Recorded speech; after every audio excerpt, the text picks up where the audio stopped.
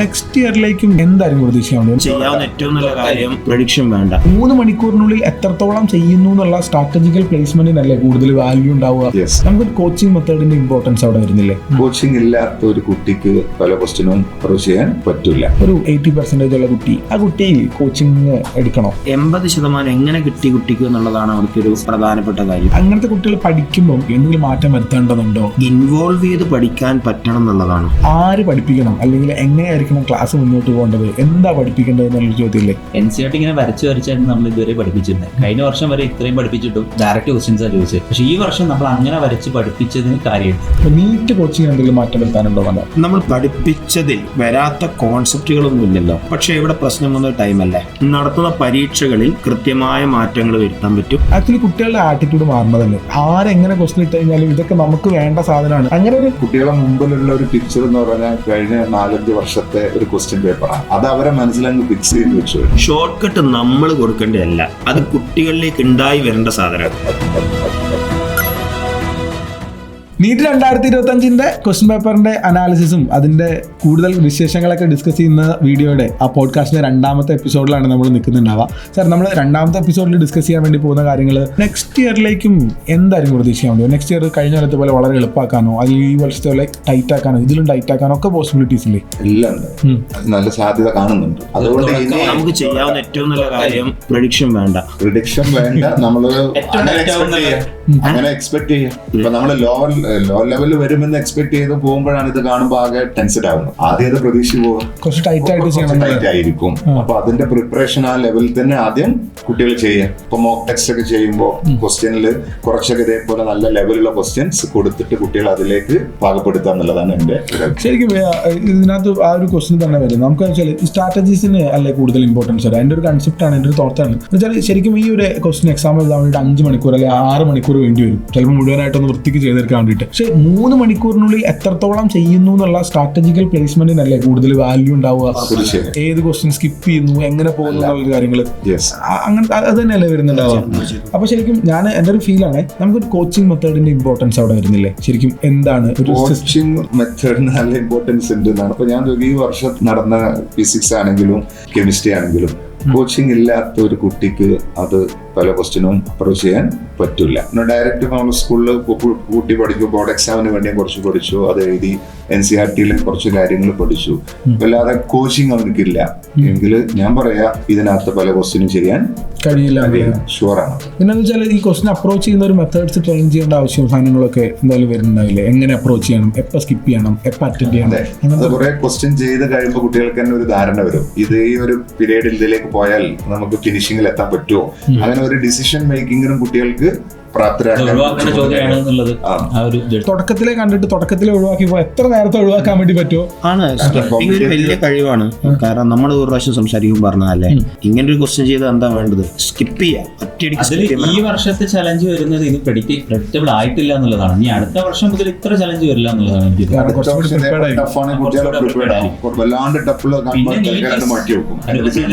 NEET is back.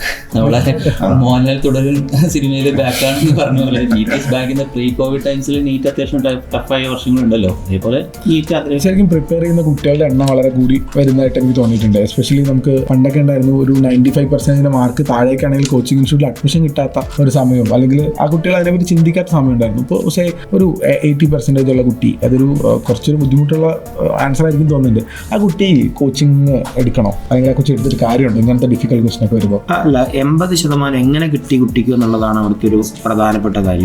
അതായത് കുട്ടി 80% നന്നായി പഠിച്ചത് കൊണ്ട് 80% കിട്ടിയതാണോ, അതോ ആ കുട്ടിക്ക് എന്താ പറയേണ്ടത്, അത് കിട്ടിയ സബ്ജക്റ്റുകൾ ഏതൊക്കെയാണ്, ആ കുട്ടി എങ്ങനെയാണ് പഠിച്ചത്, അല്ലെങ്കിൽ ആ കുട്ടിയുടെ ഒരു അനാലിറ്റിക്കൽ സ്കിൽ എങ്ങനെയാണ്, ഇതൊക്കെ അനുസരിച്ചിട്ടാണ് 80% ഉള്ള കുട്ടിക്ക് കിട്ടുമോ കിട്ടൂല കിട്ടോ ഇല്ലയോ എന്നുള്ളത്. ഇപ്പോൾ എനിക്ക് കഴിഞ്ഞ വർഷത്തെ ഒരു എക്സ്പീരിയൻസ് പറഞ്ഞവരാണെങ്കിൽ 1200 ഔട്ട് ഓഫ് 1200 കുട്ടിയാണ്. നിങ്ങൾക്ക് എല്ലാവർക്കും പരിചയമുള്ള കുട്ടി തന്നെയായിരിക്കും. ഈ കുട്ടി വന്നു പഠിച്ചു, ആ കുട്ടി എനിക്ക് തോന്നുന്നു 4 മാസത്തിന് ശേഷം കുട്ടി നിർത്തി പോയിട്ടുണ്ട്. കാരണം കുട്ടിക്ക് ഈ ഒരു സാധനങ്ങളൊക്കെ എനിക്ക് തോന്നുന്നു ആ കുട്ടി നിർത്തി. ഇതിലൊരു വേറൊരു ഫാക്ടർ ഇല്ലേ, അതായത് വിജയത്തിന്റെ മധുരം മാത്രം ഇങ്ങനെ കിട്ടി വന്നൊരു കുട്ടിക്ക് പെട്ടെന്ന് അറിയാലോ, അവിടെ നമുക്ക് നടത്തുന്ന മോക്ക് ടെസ്റ്റിന് ഫോൺ നമ്പർ പോലെയല്ലേ മാർക്ക് ഉണ്ടാവുക, 98470 എന്നുള്ള രീതിയിലല്ലേ മാർക്ക് വരും ആദ്യം തുടക്കത്തിലൊക്കെ. ഈ ഒരു മാർക്ക് കാണുമ്പോൾ കുട്ടി സ്വാഭാവികമായിട്ടും പേടിക്കുമല്ലോ. 1200 കിട്ടിയ ഒരു കുട്ടിയെ സംബന്ധിച്ചിടത്തോളം പെട്ടെന്ന് 100-50 മാർക്ക് കിട്ടുമ്പോൾ അതിന് ആ കുട്ടിക്ക് ഹാൻഡിൽ ചെയ്യാൻ കഴിയുമെന്നുള്ളത് വളരെ പ്രധാനപ്പെട്ട കാര്യമാണ്. 80% കിട്ടിയ ഒരു കുട്ടീനെ ഇന്നത്തെ സമൂഹത്തിൽ +2 80% മാത്രമേ മാർക്ക് കിട്ടിയിട്ടുള്ളൂ എന്ന് പറയുമ്പോൾ സ്വാഭാവികമായിട്ടും ഇതൊരു കുറഞ്ഞ മാർക്കായിട്ടാണ് ആൾക്കാർ കൺസിഡർ ചെയ്യുന്നത്. നമ്മളല്ല, പൊതുവെ ആൾക്കാർ കൺസിഡർ ചെയ്യുന്നത്. ഈ കുട്ടി രണ്ടും കൽപ്പിച്ചിട്ട് എനിക്ക് എൻ്റെ 80% ഞാൻ അത് മാത്രമല്ല, ഞാൻ അതിന് മേലെ ഉണ്ട് എന്ന് കാണിക്കാൻ വേണ്ടി പ്രൂവ് ചെയ്യാൻ വരുന്നൊരു കുട്ടിക്ക് ഇതൊരു ചലഞ്ചാണ്. അവന് 100-9 മാർക്ക് കിട്ടിയാൽ നാളെ അത് 10 ആക്കാനുള്ള ശ്രമം നടത്തും, ആ ചലഞ്ചിൽ വരുന്ന കുട്ടിയാണെങ്കിൽ. അപ്പോൾ അങ്ങനത്തെ ഒരു ആറ്റിറ്റ്യൂഡ് സാധനങ്ങൾ കീപ്പ് ചെയ്യാന്നുള്ളത്. പക്ഷെ ഞാൻ പറയണേ, അങ്ങനത്തെ കുട്ടികൾ പഠിക്കുമ്പം എന്ത് മാറ്റമായിരിക്കും, എന്തെങ്കിലും മാറ്റം വരുത്തേണ്ടതുണ്ടോ, എന്താണ് ചെയ്യേണ്ടതെന്നുള്ളത്? മാറ്റം എന്ന് പറഞ്ഞാൽ ഏത് സബ്ജക്ട് പഠിക്കുകയാണെങ്കിലും ഞാൻ എപ്പോഴും പറയുന്ന കാര്യമാണ്, ബേസ് ലെവൽ മുതൽ നല്ല പക്കത്തറവായിട്ട് പഠിച്ചിട്ടേ ഐ ഹാൻഡിലേക്ക് പോയിട്ട് കാര്യമുള്ളൂ. അപ്പോഴേ അവർക്കത് മനസ്സിലാവുള്ളൂ. അങ്ങനത്തെ ഒരു കുട്ടിക്കാണ് ഈ ടൈപ്പ് ക്വസ്റ്റ്യൻ വന്നാൽ വല്ല ടെൻഷനൊന്നും ഇല്ലാതെ അതിനെ അപ്രോച്ച് ചെയ്തേ പറ്റുള്ളൂ, ആ ഒരു ലെവലിലേക്ക് ഒന്ന് എത്തുള്ളൂ. അപ്പൊ അത് പോസിബിൾ ആണ്. തുടക്കം മുതലേ പഠിക്കുക എന്നുള്ളത്. തുടക്കം മുതലേ പഠിച്ചാൽ ഇതൊക്കെ വളരെ ഈസി ആയിട്ട് തന്നെ. കാരണം ഒരു 10 മാസം അവർ റിപ്പീറ്റ് ചെയ്തൊരു കുട്ടിക്ക് 10 മാസം കിട്ടിയാൽ എന്റെ ഒപ്പീനിയൻ അവന് വളരെ ബിഗിനർ ആണെങ്കിൽ പോലും സിസ്റ്റമാറ്റിക് ആയിട്ട് പഠിച്ചാൽ അവിടെ എത്താവുന്ന സ്ഥിതിയാണ്. എനിക്ക് കഴിഞ്ഞ പ്രാവശ്യത്തെ ഇപ്പൊ കുട്ടികളുടെ അടുത്തൊക്കെ സംസാരിക്കുന്ന സമയത്ത് അടക്കം എനിക്ക് കിട്ടിയ സാധനമാണ് തുടക്കത്തിൽ ഉഴപ്പി പോകുന്ന ഒരു പ്രശ്നമുണ്ട്. ആക്ച്വലി പലരും സീരിയസ് ആയത് അവസാനത്തെ ഒരു മേ ബി 3 മാസത്തിലോ 4 മാസത്തിലോ 5 മാസത്തിലോ ഒക്കെ ആണെന്ന എൻ്റെ ഒരു പോയിന്റ് ഓഫ് വ്യൂവിൽ ഞാൻ പറയുകയാണെങ്കിൽ എന്താണെന്ന് വെച്ചാൽ തുടക്കം മുതലേ എക്സാം ടഫറാണ്. സോ നമ്മൾ ടഫറായിട്ട് തന്നെ ട്രെയിൻ ചെയ്യണം, ആ ഒരു ബോധ്യത്തോട് കൂടി ട്രെയിൻ ചെയ്യണം എന്നുള്ള ഒരു പോയിന്റിലേക്ക് നമ്മൾ എടുക്കാൻ വേണ്ടി പറ്റുമോ? ഇതുവരെ സില്ലി ആയിരുന്നല്ലോ എക്സാം, അതുകൊണ്ട് ലാസ്റ്റ് പഠിച്ചാലും കുഴപ്പമില്ല എന്നുള്ളൊരു ലെവലിൽ കുട്ടികൾ കുറച്ച് ഉണ്ടായിരുന്നു തോന്നുന്നു. ഇനി അങ്ങോട്ടത് പറ്റില്ല. സ്റ്റാർട്ടിങ് മുതൽ തന്നെ ഫോക്കസ്ഡ് ആയിട്ട് ബേസ് ബിൽഡ് ചെയ്യുക, PYQs മാക്സിമം സോൾവ് ചെയ്യുക, ഈ ഒരു ലെവലിലൂടെ തന്നെ പോവുക. ഇൻവോൾവ് ചെയ്ത് പഠിക്കാൻ പറ്റണം എന്നുള്ളതാണ്. അതായത് പലപ്പോഴും ഈ ഫിസിക്സിലൊക്കെ സംഭവിക്കുന്ന കാര്യം എന്ന് പറയുന്നത് പെരിഫറൽ ആയിട്ടാണ് പഠിക്കുക. ഒരു ക്വസ്റ്റ്യന് ഒരു ഇക്വേഷൻ, ഈ ക്വസ്റ്റ്യൻ ഈ ഇക്വേഷൻ എന്ന് പറയുന്ന ഒരു, അതായത് കുട്ടികൾ റിപ്പീറ്റ് ചെയ്യാൻ വരുമ്പോൾ 90% കുട്ടികളുടെയും മാനസികമായിട്ടുള്ളൊരു വിചാരം എന്താ വെച്ചാൽ റിപ്പീറ്റ് മറ്റൊരു കോഴ്സാണ്. ഹയർ സെക്കൻഡറി അല്ലാണ്ട് beyond the limit of higher secondary syllabus something നമുക്ക് അവിടുന്ന് കിട്ടും. ആക്ച്വലി റിപ്പീറ്റ് ചെയ്യാൻ വരുമ്പോൾ ആ കുട്ടിക്ക് പുതിയതായിട്ട് ഒന്നും കിട്ടുന്നില്ല എന്നും, ആ കുട്ടി യഥാർത്ഥത്തിൽ +1 +2 നന്നായിട്ട് പുതിയതായിട്ട് പഠിക്കാൻ പോവുകയാണെന്നും, ആ കുട്ടി അതിൽ ഇൻവോൾവ് ചെയ്ത് പഠിക്കാൻ പോവുകയാണെന്നും, അതിൽ ഏറ്റവും നന്നായിട്ട് കോൺസെപ്ച്വൽ ക്ലാരിറ്റി കിട്ടിക്കൊണ്ട് പഠിക്കാൻ പോവുകയാണെന്നുള്ള ഒരു ബോധ്യം കുട്ടിക്ക് ഉണ്ടായാലാണ് ആ കുട്ടിയുടെ റിപ്പീറ്റേഴ്സ് കോഴ്സ് വിജയകരമാവുകയെന്നാണ് എൻ്റെ വിചാരം. എനിക്ക് റിപ്പീറ്റേഴ്സിൽ പഠിപ്പിക്കുന്ന അധ്യാപകരെ പറ്റിയിട്ട്, അല്ലെങ്കിൽ ഞാനൊക്കെ പഠിക്കുന്ന സമയത്തുണ്ടായിരുന്നു ഒരു ഇക്വേഷൻ പഠിക്കും. ഫോർ എക്സാമ്പിൾ ഗ്രാവിറ്റേഷൻ്റെ F = gm1/m2/r². അതിനകത്ത് എനിക്ക് തന്ന സാധനം എന്ന് വെച്ചാൽ ഇതിനകത്ത് 2 മാസം 1 kg ആണെങ്കിലും അത് തമ്മിലുള്ള ഡിസ്റ്റൻസ് 1 മീറ്റർ ആണെങ്കിൽ അത് തമ്മിലുള്ള ഇക്വേഷൻ F = g എന്നായി മാറും. പിന്നെ ഇതിൽ ഒരു മാസം 1 മറ്റേ മാസം m ആണെങ്കിൽ gm/r² എന്നായി മാറും എന്ന് പറഞ്ഞിട്ട് ഇങ്ങനെ കുറെ ഇക്വേഷൻസും കുറെ സാധനങ്ങളൊക്കെ, കുറെ റെഡിമെയ്ഡ് ക്യാപ്സ്യൂൾ ഇക്വേഷൻസ് കയറ്റുന്ന, എന്നിട്ട് പിന്നെ കുറെ ഷോർട്ട് കട്ട്സ് ഒക്കെ പഠിക്കുന്നത്. ഇതാണെങ്കിൽ ഇതിങ്ങനെ ചെയ്യാം, ഇതാണെങ്കിൽ ഇതിങ്ങനെ ചെയ്യാം. ഓരോ ക്വസ്റ്റ്യൻ സ്പെസിഫിക് ആയി ഷോർട്ട് കട്ട്സും സാധനങ്ങളൊക്കെ ഉണ്ടായിരുന്നു. എനിക്കത് അതിനോട് പേഴ്സണലി യോജിപ്പ് തോന്നിയില്ല. ഞാനത് അങ്ങനെ പഠിച്ചിട്ടും ഇല്ലാത്ത ഒരാളാണ്. വാട്ട് ഡു തിങ്ക്, ഇനി അത് വർക്കൗട്ട് ആവുമോ അങ്ങനത്തെ ഒരു സ്ട്രാറ്റജി അല്ലെങ്കിൽ അപ്രോച്ച് സാധനങ്ങൾ? അങ്ങനത്തെ ഒരു ബ്രിഡ്ജിലൂടെ നമ്മൾ പോയി കഴിഞ്ഞാൽ എവിടെ വീഴുമെന്നൊക്കെ ചോദിച്ചാൽ ഷോർട്ട് കട്ട് നമ്മൾ കൊടുക്കേണ്ടതല്ല, അത് കുട്ടികളിലേക്ക് ഉണ്ടായി വരേണ്ട സാധനമാണ്. കുറെ ക്വസ്റ്റ്യൻ ചെയ്യുമ്പോൾ ഓക്കെ ഇതാണ് മെത്തേഡ് എന്നുള്ളത്, അത് ഫിസിക്സിലും കെമിസ്ട്രിയിലും ബയോളജിയിലും ഒക്കെ ഉണ്ടാവില്ലേ? എല്ലാത്തിലും ഇങ്ങനെ ഉണ്ടാവും. ഇപ്പൊ ഫിസിക്സിൽ എപ്പോഴും ഉണ്ടാവും, കെമിസ്ട്രിയിലും ബയോളജി എനിക്ക് അത്ര അറിയില്ല. കുറെ കോഡുകൾ കാര്യങ്ങളൊക്കെ ഉണ്ട്. പിന്നെ എനിക്ക് തോന്നുന്നു ഷോർട്ട് നോട്ടും അതേ അഭിപ്രായം എനിക്കുള്ളത്. ആക്ച്വലി എന്താ വെച്ചാൽ ഈ പ്രിന്റഡ് ഷോർട്ട് നോട്ട്സ് കൊടുക്കുന്ന പരിപാടി അത് ശരിക്കും അങ്ങനെയല്ല. നമ്മൾ പ്രോപ്പർലി പഠിപ്പിക്കുക, പ്രോപ്പർലി കാര്യങ്ങൾ പറഞ്ഞു കൊടുക്കുക. ഷോർട്ട് നോട്ട് ഗ്രാജുവലി കുറച്ച് കുട്ടിയുടെ ഇത് ഇങ്ങോട്ട് വരും. ഷോർട്ട് നോട്ട് അത് നോട്ടല്ല പ്രധാനം, നോട്ടുണ്ടാക്കിയ പ്രോസസ്സാണ് പ്രധാനം എന്നുള്ളതാണ് അതിനകത്ത് തോന്നിയിട്ടുള്ള ഒരു സാധനം ഉണ്ടാവുക. ശരിക്കും എന്തായിരിക്കും നമ്മളിനിപ്പോൾ ആര് പഠിപ്പിക്കണം, അല്ലെങ്കിൽ എങ്ങനെയായിരിക്കണം ക്ലാസ് മുന്നോട്ട് പോകേണ്ടത്, എന്താ പഠിപ്പിക്കേണ്ടത് എന്നുള്ളൊരു ചോദ്യമില്ലേ? നമ്മളിപ്പോൾ ബയോളജിയിൽ എന്തായിരിക്കും, എങ്ങനെയായിരിക്കും എൻ്റെ പഠന രീതിയിൽ എന്ത് മാറ്റം? ബയോളജിയിൽ നമ്മൾ കുറച്ചുകൂടെ നമുക്ക് സന്തോഷം കിട്ടുന്ന പിള്ളേരുടെ ലെവലിൽ ചിലപ്പോൾ അങ്ങ് പറയുമ്പോൾ ഒരു ഇതാണ്, എല്ലാവരും സങ്കടപ്പെട്ട് കിടക്കുകയാണ്. കുറച്ചുകൂടെ 2025 പേപ്പർ വെച്ചിട്ട് പറയുകയാണെങ്കിൽ NCERT ഇങ്ങനെ വരച്ചായിരുന്നു നമ്മൾ ഇതുവരെ പഠിപ്പിച്ചിരുന്നത്. കഴിഞ്ഞ വർഷം വരെ ഇത്രയും പഠിപ്പിച്ചിട്ടും എന്നാ പിടിച്ചോ എന്നുള്ള ഡയറക്റ്റ് ക്വസ്റ്റ്യൻസാണ് ചോദിച്ചത്. പക്ഷെ ഈ വർഷം നമ്മൾ അങ്ങനെ വരച്ച് പഠിപ്പിച്ചതിന് കാര്യമുണ്ട്. പ്രത്യേകിച്ചും നമ്മൾ ഇതുവരെ വിചാരിക്കാത്ത ആ ഇൻട്രൊഡക്ഷൻ പാർട്ടിന്റെ ചോദ്യങ്ങൾ വരുന്നു. IVF-ൽ ചോദിച്ച ചോദ്യം എന്ന് പറയുന്നത് നമ്മളിപ്പം റീപ്രൊഡക്റ്റീവ് ഹെൽത്തിൽ നമ്മൾ പറയുന്ന ചോദ്യങ്ങൾ എന്ന് പറയുന്നത് ഒന്ന് IVF-ലെ ടെക്നിക്ക് ആ ഒരു ഏരിയ ആണല്ലോ. പക്ഷെ അതിലൊക്കെ ഏറ്റവും ലാസ്റ്റ് പാരഗ്രാഫ് എന്നാണ് ആരും അധികം നോട്ടീസ് ചെയ്ത ഒരു പാരഗ്രാഫ് എന്നാണ് ക്വസ്റ്റ്യൻ വന്നത്. ചാപ്റ്ററിന്റെ കൺക്ലൂഷൻ പാരഗ്രാഫാണ്, അതിനകത്താണ് ക്വസ്റ്റ്യൻ. അതിനകത്ത് നിന്ന് ആ ഒരു പാരഗ്രാഫിൽ 5-6 പോയിന്റ്, ഒറ്റ കുഞ്ഞു പാരഗ്രാഫിൽ നിന്ന് 6 പോയിന്റ് ഇട്ടിട്ട് ഇതിനകത്ത് എത്ര ശരി എത്ര തെറ്റുന്ന ചോദിച്ചാൽ അത് ബേസിക് പ്രശ്നം വെച്ചാൽ ഒന്നാമത് കുഞ്ഞു ചാപ്റ്ററാണ്, ലാസ്റ്റ് പാരഗ്രാഫാണ്, അത് വായിക്കില്ല. അതായിരുന്നു ഒരു സംഭവം തന്നെ. നമുക്ക് ആക്ച്വലി ഈ പഠിപ്പിക്കുന്ന രീതിയിൽ ബയോളജിയിൽ ചേഞ്ച് വരുത്തേണ്ടതുണ്ടോ, അല്ലെങ്കിൽ എങ്ങനെ മാറ്റം വരുത്തേണ്ടി വരും? മെയിൻലി NCERT തന്നെ ഫോക്കസ് ചെയ്തിട്ട് ഈച്ച് ആൻഡ് എവറി ലൈന് പിള്ളേരെ കൊണ്ട് വായിപ്പിക്കുന്ന രീതിയിലേക്ക് ഇപ്പോൾ നമ്മുടെ സിസ്റ്റം ആണെങ്കിൽ നമ്മൾ PDF വെച്ചിട്ടാണ് ആൾറെഡി പഠിപ്പിക്കുന്നത്. കുട്ടികൾ നമ്മളെ കണ്ടന്റ് കണ്ടിട്ടിരിക്കുന്ന പിള്ളേരിലേക്കാണ് നമ്മൾ പോകുന്നത്. ഇത് വെച്ചിട്ട് നമ്മൾ NCERT each and every line കുട്ടികളെ കൊണ്ട് വായിപ്പിക്കുന്നു എന്നുള്ള സിസ്റ്റം തന്നെയാണ് കൂടുതൽ വേണ്ടത്. പിന്നെ കുട്ടികൾക്ക് മാക്സിമം NCERT വായിക്കാനുള്ള സ്പേസ് കൊടുക്കുക, ഈ കാര്യങ്ങളൊക്കെ തന്നെ കൂടുതൽ ചേഞ്ച് ഉണ്ട് എന്ന് എനിക്ക് തോന്നിയിട്ടില്ല എന്നുള്ളത്. NCERT ഓറിയന്റഡ് ആയിട്ട് മാത്രം മുന്നോട്ട് പോകുന്നുള്ളത്. എക്സ്ട്രാ പഠിപ്പിക്കണം എന്ന് ചോദിച്ചാൽ ഇപ്പോൾ ഉദാഹരണത്തിന് ഇപ്പം ഞാൻ നേരത്തെ ഡെപ്പീറ്റത്തിന്റെ കേസ് പറഞ്ഞു. ആ ഒരു ചോദ്യം വെച്ചിട്ട് നമ്മൾ പറയുകയാണെങ്കിൽ ആകെ 2 ചോദ്യം വന്നിട്ടുള്ളൂ ഔട്ട്സൈഡ് ഇൻസൈഡ്. അത് വെച്ചിട്ട് നമ്മൾ ഒരുപാട് ഹ്യൂജ് പഠിപ്പിക്കേണ്ട എന്നുള്ളത് തന്നെയാണ്. പിന്നെ ഒരു ഇമ്മ്യൂണോഗ്ലോബിൻ റിലേറ്റഡ് ആയിട്ടൊരു ചോദ്യം വന്നിട്ടുണ്ട്. നമ്മളെ ഹെവി ചെയിൻ ലൈറ്റ് ചെയിൻ അതിലൊരു നമ്മുടെ വേരിയബിൾ ഏരിയ കോൺസ്റ്റന്റ് ഏരിയ എന്നൊക്കെ പറഞ്ഞിട്ട് പഠിപ്പിക്കുന്ന സാർ. പക്ഷേ ആ കോൺസ്റ്റന്റ് ഏരിയ എന്ന് പറഞ്ഞ സാധനം ഔട്ട് ആണെങ്കിൽ പോലും അതിന് ഓപ്ഷനിലേക്ക് എത്താൻ പറ്റുന്ന രീതിയിലാണ് അത് ഫ്രെയിം ചെയ്തത്. നമ്മൾ ഒരുപാട് കാർഡ് കയറി പുറത്തുനിന്ന് പഠിപ്പിക്കേണ്ട കാര്യമില്ല. NCERT തന്നെ പ്രത്യേകം പഠിച്ച് NCERT പഠിപ്പിക്കുന്ന വെച്ചിട്ട് നമ്മൾക്കിപ്പോൾ പറഞ്ഞിട്ടുള്ള ഈ 2 ഏരിയാസ് അല്ലെങ്കിൽ 2 ചോദ്യത്തിന്റെ ഹിന്റുകൾ എന്ന് വിചാരിച്ചാൽ 2 ചോദ്യം മൊത്തം വിട്ട് കഴിഞ്ഞാൽ കുട്ടിക്ക് ഈ വർഷം റിസൾട്ടിൽ എന്ത് മാറ്റം ഉണ്ടാവും? ആ 2 ചോദ്യം വിട്ട് കഴിഞ്ഞാൽ അത്യാവശ്യം നല്ല മെഡിക്കൽ കോളേജിൽ തന്നെ എനിക്ക് തോന്നുന്നു എയിംസിലേക്ക് എത്താൻ പറ്റുന്ന പറ്റില്ല. ആ 2 ചോദ്യത്തിന് ഡിപ്പെൻഡ് ചെയ്തിട്ട് ഔട്ട്സൈഡ് NCERT പഠിക്കേണ്ട എന്നുള്ളത് തന്നെയാണ്. NCERT-ന്റെ ഉള്ളിൽ NCERT തന്നെ സ്റ്റിക്ക് ഓൺ ചെയ്യാന്നുള്ളതാണ്. കൺസെപ്റ്റുവൽ ആയിട്ട് തന്നെ പഠിപ്പിച്ച് കാര്യങ്ങൾ മുന്നോട്ട് പോകാന്നുള്ളതാണ്. കെമിസ്ട്രീന്റെ കാര്യത്തിലേക്ക് വരുമ്പോൾ സാർ ആക്ച്വലി നമ്മൾ വേറെ എന്തെങ്കിലും മറ്റെന്തെങ്കിലും രൂപത്തിലുള്ള പ്രിപ്പറേഷൻ കുട്ടികളെ കൊണ്ട് ചെയ്യിപ്പിക്കേണ്ട ആവശ്യം ഉണ്ടാവും? അങ്ങനെ വലിയ വൈഡായിട്ട് പോകേണ്ട കാര്യമൊന്നുമില്ല. NCERT ബേസ് ആയിട്ട് തന്നെ പഠിക്കണം. എന്നാൽ ചില ഏരിയ കുറച്ചും കൂടി ഒന്നുണ്ട് കയറി ക്വസ്റ്റ്യൻ ചെയ്യാൻ കുട്ടികൾ പഠിക്കുക. ഫോർ എക്സാമ്പിൾ ഇപ്പൊ ഐസോമറിസം എന്നൊരു ടോപ്പിക്ക് നമ്മൾ ഓർഗാനിക് കെമിസ്ട്രിയിലെ NCERT എടുത്താൽ അതിനകത്ത് കുറച്ച് കാര്യങ്ങളേ ഉള്ളൂ, വല്ലാണ്ട് ഡെപ്തിലൊന്നും പോയിട്ടില്ല. പക്ഷെ ഇപ്രാവശ്യത്തെ നീറ്റിലെ 2 ക്വസ്റ്റ്യനിൽ സ്റ്റീരിയോ ഐസോമേഴ്സിന്റെ നമ്പറാണ് ചോദ്യം. ഇപ്പൊ സ്റ്റീരിയോ ഐസോമറിന്റെ നമ്പർ കാൽക്കുലേറ്റ് ചെയ്യുന്ന ഒരു പ്രോബ്ലം സോൾവ് ചെയ്യുന്നതൊന്നും NCERT-ൽ ഉണ്ടാവില്ല. അതിനകത്ത് സ്റ്റീരിയോ ഐസോമർ എന്താണ് അതിന്റെ കാര്യങ്ങൾ ഇങ്ങനെ പറഞ്ഞിട്ടുണ്ട്. അപ്പൊ ഐസോമറിസം പഠിക്കുന്ന ഒരു കുട്ടി ഇനിയും ശ്രദ്ധിക്കേണ്ടത് ഈ ടൈപ്പ് ക്വസ്റ്റ്യനും നമ്മൾ പ്രതീക്ഷിക്കണം. ആ ഒരു ലെവലിലേക്ക് അവരെ പ്രാക്ടീസ് മാത്രം മാറ്റിയാൽ മതിയാവും. ആക്ച്വലി പഠിപ്പിക്കുന്നത് ആ ഒരു ലെവലിൽ തന്നെ പോയാൽ മതി. പക്ഷെ അതിന്റെ കൂടെ തന്നെ പറയേണ്ടത് കാരണം കെമിസ്ട്രിയിൽ എപ്പോഴും ചോദിക്കുന്ന ഏരിയ ഈ വർഷം ഈ പേപ്പറിൽ റിപ്പീറ്റ് ആണ്. ഇപ്പൊ ഫോർ എക്സാമ്പിൾ അധികം പേപ്പറിലും വരുന്നതാണ് ഈ മോളിക്യൂളിന്റെ ഷേപ്പും ഹൈബ്രിഡൈസേഷൻ. പേപ്പറിൽ 67 അതേ ക്വസ്റ്റ്യൻ ആണ്. ഇതൊരു സ്ഥിരം ക്വസ്റ്റ്യൻ ആണ്. നീറ്റ് റിപ്പീറ്റ് ചെയ്യുന്ന കുട്ടിയെ സംബന്ധിച്ച് അവരെ എപ്പോഴും പ്രതീക്ഷിക്കുന്ന ഒരു ക്വസ്റ്റ്യൻ ആണ്. അങ്ങനത്തെ ക്വസ്റ്റ്യൻസും ഇഷ്ടംപോലെ തന്നെ. അതേപോലെ ആസിഡിക് സ്ട്രെങ്ത്തിന്റെ ഓർഡർ ഓർഗാനിക്കൽ എപ്പോഴും ഈ വർഷത്തെ നീറ്റിലുണ്ട്. ബേസിക് സ്ട്രെങ്ത്തിന്റെ ഓർഡർ അത് ഈ വർഷത്തെ നീറ്റ് പേപ്പറിലുണ്ട്. അപ്പൊ അങ്ങനത്തെ കുറെ എക്സ്പെക്റ്റഡ് ഏരിയ വന്നിട്ടുണ്ട്. പിന്നെ നേരത്തെ പറഞ്ഞത് പിന്നെ എന്ത് ടഫാണ് 45 4 ക്വസ്റ്റ്യന് എന്റെ ഇവാലുവേഷനിൽ ടഫായിട്ടുള്ളൂ. ബാക്കി 41 ക്വസ്റ്റ്യനും ചെയ്യാൻ പറ്റും. അതിനകത്ത് ചെറിയൊരു പ്രശ്നമുള്ളത് ചിലത് ടൈം കൺസ്യൂമിംഗ് ആണ്. പറഞ്ഞ അത് കുറച്ചും കൂടി നമ്മൾ ഡിസിഷൻ മേക്കിംഗ് സ്ട്രോങ് ആക്കാന്നുള്ള ഒരു പ്രോബ്ലം ആയിരിക്കും നമുക്ക് ചെയ്യാൻ പറ്റുക. എനിക്ക് ആക്ച്വലി ഫിസിക്സ് കെമിസ്ട്രി ബയോളജിക്കാർ അല്ല കെമിസ്ട്രി ബയോളജിക്കാർ പറയുന്ന സമയത്ത് നിങ്ങളെ മുഖത്ത് നോക്കുമ്പോൾ എനിക്ക് പാവം തോന്നുന്നുണ്ട്. അതല്ല സീരിയസ്ലി പറഞ്ഞു കഴിഞ്ഞാൽ നമ്മൾ പഠിപ്പിക്കുന്ന സ്റ്റൈലിനോ അല്ലെങ്കിൽ പഠിപ്പിക്കുന്ന രീതിക്കോ എന്തെങ്കിലും നീറ്റ് കോച്ചിങ് എന്തെങ്കിലും മാറ്റം വരുത്താനുണ്ടോ? നമ്മൾ പഠിപ്പിച്ചതിൽ വരാത്ത കോൺസെപ്റ്റുകളൊന്നും ഇല്ലല്ലോ. കോൺസെപ്റ്റുകളെല്ലാം വന്നിട്ടുണ്ടല്ലോ. പക്ഷെ ഇവിടെ പ്രശ്നം വന്നത് ടൈമല്ലേ. അതായത് ഇതേ ക്വസ്റ്റ്യൻ പേപ്പർ ഒരു കുട്ടിക്ക് 120 മാർക്ക് കിട്ടിയാൽ ഭയങ്കര മാർക്കാന്നുള്ള ഒരു ഉറപ്പാണല്ലോ.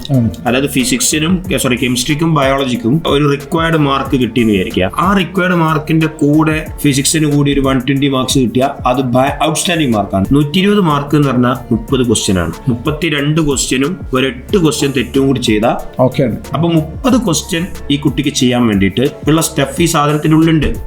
അതായത് നമ്മളെല്ലാം പഠിപ്പിക്കുന്നുണ്ട്. ബാക്കി ഒരു 15ന്റെ മുകളിലാണ് ഈ പ്രശ്നം വരുന്നത്. ശരിയാണല്ലോ.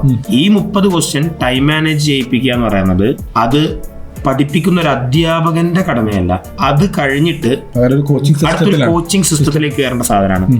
നടത്തുന്ന പരീക്ഷകളിൽ കൃത്യമായ മാറ്റങ്ങൾ വരുത്താൻ പറ്റും. പിന്നെ രണ്ടാമത്തെ കാര്യം എന്താ വെച്ചാൽ പരീക്ഷകൾ പല വെറൈറ്റി ഓഫ് എക്സാംസ് എന്ന് വെച്ചാൽ ഞാൻ പറയുന്നത് ആദ്യം ഒരു സിമ്പിൾ എക്സാംസ് കൊടുക്കുക, പിന്നെ കുറെ കൂടി ടൈറ്റ് കൊടുക്കുക, അൺഎക്സ്പെക്റ്റഡ് ആയിട്ട് കുറച്ച് പിന്നെ മോഡറേറ്റ് എക്സാം കൊടുക്കുക, അല്ലെങ്കിൽ ഭയങ്കര ടഫ് കൊടുക്കുക. അങ്ങനെ കുട്ടീനെ എല്ലാ തരത്തിലും എന്താ പറയേണ്ടത് ഇങ്ങനെ മോൾഡ് ചെയ്ത് എടുത്ത് കഴിയുമ്പോൾ സ്വാഭാവികമായിട്ടും ആ കുട്ടിക്ക് എക്സാമിനേഷന് കയറുമ്പോൾ മൈൻഡ് ബ്ലാങ്ക് ആയിരിക്കും. കാരണം കാണാനുള്ളതെല്ലാം കണ്ടു കഴിഞ്ഞു, ഇപ്പൊ എന്താണ് വരാൻ പോകുന്നത്, എന്തും വരാം എന്നുള്ള ലെവലിലേക്ക് കയറുമ്പോൾ തന്നെ ഒരു മുൻവിധി ഉണ്ടാവില്ല, എന്ത് ഫേസ് ചെയ്യാൻ റെഡി ആയിരിക്കും. അപ്പൊ ആ മുൻവിധി ഇല്ലാണ്ട് ഒരു ക്വസ്റ്റ്യൻ പേപ്പറിനെ അപ്രോച്ച് ചെയ്യുകയും ഈ ക്വസ്റ്റ്യൻ പേപ്പർ കാണുമ്പോൾ തന്നെ അത് അനലൈസ് ചെയ്തു, ഓക്കെ ഇത് കുറച്ച് ടഫ് പേപ്പറാണ്, അപ്പൊ ഇതിന്റെ അപ്രോച്ച് ഇങ്ങനെയാണ് എന്ന് മനസ്സിലാക്കാൻ അവർക്ക് പറ്റുകയാണെങ്കിൽ സ്വാഭാവികമായിട്ട് അതിൽ നല്ലൊരു സ്കോർ വരാൻ സാധ്യതയുണ്ട് എന്നാണ് നമ്മളൊരു ഒബ്സർവേഷൻ. നമുക്കിങ്ങനെ തുടക്കം വരെ ഡിസ്കസ് ചെയ്യുന്ന സമയത്ത് എനിക്ക് തോന്നിയിട്ടുള്ള ഫീലാണ് കേട്ടോ. ബയോളജിയിലാണെങ്കിലും ഫിസിക്സിലാണെങ്കിലും കെമിസ്ട്രിയിലാണെങ്കിലും ടീച്ചിങ് മെത്തേഡ്സിന് വലിയ മാറ്റമൊന്നുമില്ല. നമ്മൾ കൺസെപ്റ്റുകൾ പറഞ്ഞു കൊടുക്കുക, ക്ലാസ്സിൽ ക്വസ്റ്റ്യൻ ഡിസ്കസ് ചെയ്യുക എന്നുള്ള കാര്യത്തിൽ മാത്രമാണ്. I feel like the coaching system is more involve എന്നുള്ളൊരു ഫീലാണ്. ഞാൻ പറയുകയാണെങ്കിൽ ഇപ്പോൾ ക്രിക്കറ്റ് കളിയുടെ കാര്യമൊക്കെ വെച്ച് പറയുകയാണെങ്കിൽ കഴിഞ്ഞ കൊല്ലത്തെ ക്വസ്റ്റ്യൻ പേപ്പർ ആക്ച്വലി 2020 കളിക്കുന്ന പോലെയായിരുന്നു. എല്ലാ ബോളും സ്കോർ ചെയ്യണം, അല്ലെങ്കിൽ എല്ലാ ക്വസ്റ്റ്യനും സ്കോർ ചെയ്യണം എന്നുള്ള രൂപത്തിൽ, സിക്സ് അടിക്കാനായിട്ട് ഇറങ്ങി നിൽക്കുക, തല്ലാൻ ഇറങ്ങി നിൽക്കുക എന്നുള്ള രൂപത്തിലായിരുന്നു. 711 മാർക്ക് മേടിച്ച കുട്ടിയെ ആ കുട്ടിയുടെ all India rank 1500. Just all India rank 711 1500 all India rank പോയിട്ട് വീണത്. അതൊരു ആക്ച്വലി പറഞ്ഞാൽ ഭയങ്കര അൺഎക്സ്പെക്റ്റഡ് ആയിട്ടുള്ള, അല്ലെങ്കിൽ നമുക്ക് സഹിക്കാൻ പറ്റാത്ത ഒരു സ്ഥാനത്തിലേക്ക് പോയിരുന്നുണ്ടായിരുന്നു. പക്ഷെ ഇത്തവണത്തെ ക്വസ്റ്റ്യൻ പേപ്പർ ശരിക്കും ടെസ്റ്റ് ആയിരുന്നു, ശരിയായ ടെസ്റ്റാണ്. എന്ന് വെച്ചാൽ മുട്ടി കളിക്കുക, ലൂസ് ബോൾ മാത്രം സ്ട്രൈക്ക് അടിക്കുക, അല്ലെങ്കിൽ നമ്മളെ വിക്കറ്റ് പോകുന്നുള്ള പോലത്തെ പരിപാടിയിലായിരുന്നു കളിച്ചുകൊണ്ടിരുന്നുണ്ടായിരുന്നു എന്നുള്ളതാണ്. അപ്പോൾ ആ ഒരു ഞാൻ പറഞ്ഞത് അതൊരു ജഡ്ജ്മെന്റ് അല്ല. ആക്ച്വലി നമ്മൾ ഈ സാറിനോട് പറയുന്നത് ഇങ്ങനെ അൺപ്രഡിക്റ്റബിൾ ആയിട്ടുള്ള പിച്ചിൽ ബാറ്റ് ചെയ്യാൻ ഇറങ്ങുന്ന പോലത്തെ ഒരു ഫീൽ ഉണ്ടാവുക. അത് ബൗൺസ് എത്ര, പേസ് എത്രത്തോളം നമുക്ക് ടൈം അടിക്കാൻ കിട്ടും എന്നുള്ള കാര്യങ്ങളൊക്കെ ഞാൻ പറയുന്നത് എന്താ വെച്ചാൽ ഇത് കോച്ചിങ് സിസ്റ്റത്തിന്റെ മാത്രം കയ്യിൽ നിൽക്കുന്ന ഒരു സാധനമാണെന്ന് തന്നെ. ഒരു ഇൻസ്റ്റിറ്റ്യൂട്ട് എത്രത്തോളം സ്ട്രോങ് ആയിട്ട് ക്വസ്റ്റ്യൻ പേപ്പർ ഇടുന്നു, എത്രത്തോളം സാധനങ്ങളായിട്ട് ഇടുന്നു. പിന്നെ ഈ ഞാൻ കണ്ടിട്ടുണ്ട് ആക്ച്വലി അഷ്റഫ് സാറ് ക്വസ്റ്റ്യൻ ഇടുന്ന സമയത്തോ, അല്ലെങ്കിൽ നമ്മുടെ പ്രമോദ് സാർ, സാറൊന്നും കിട്ടിയില്ല സാറിന്, പ്രമോദ് സാർ ക്വസ്റ്റ്യൻ ഇടുന്ന സമയത്തുള്ള സാധനം എന്താ വെച്ചാൽ ഇയാളിത് എന്തോന്ന് ആളെ വടിയാക്കാൻ ക്വസ്റ്റ്യൻ ഇടുന്നു എന്നുള്ള ഫീലിലുള്ള ഒരു സാധനങ്ങൾ. ബയോളജിയിൽ നമ്മുടെ ഉനൈ സാറിനാണ് തോന്നുന്നു ചീത്തപ്പേര് കൂടുതലുള്ളതെന്ന് തോന്നുന്നുണ്ട്. അയാൾ ക്വസ്റ്റ്യൻ ഇട്ട് കഴിഞ്ഞാൽ പറഞ്ഞാൽ ചില ഉനൈ സാറിന്റെ ക്വസ്റ്റ്യൻ പേപ്പർ സാറിന് അറിയാലോ, നമ്മളിങ്ങനെ ചോദിക്കാം എങ്ങനെ ഉണ്ടാകും ബയോളജി, മാർക്ക് കുറവാ സാറേ, അതെന്ത് പറ്റില്ല, ക്വസ്റ്റ്യൻ പേപ്പർ ഉനൈ സാറിൻ്റെതാണ് എന്നുള്ളതാണ്.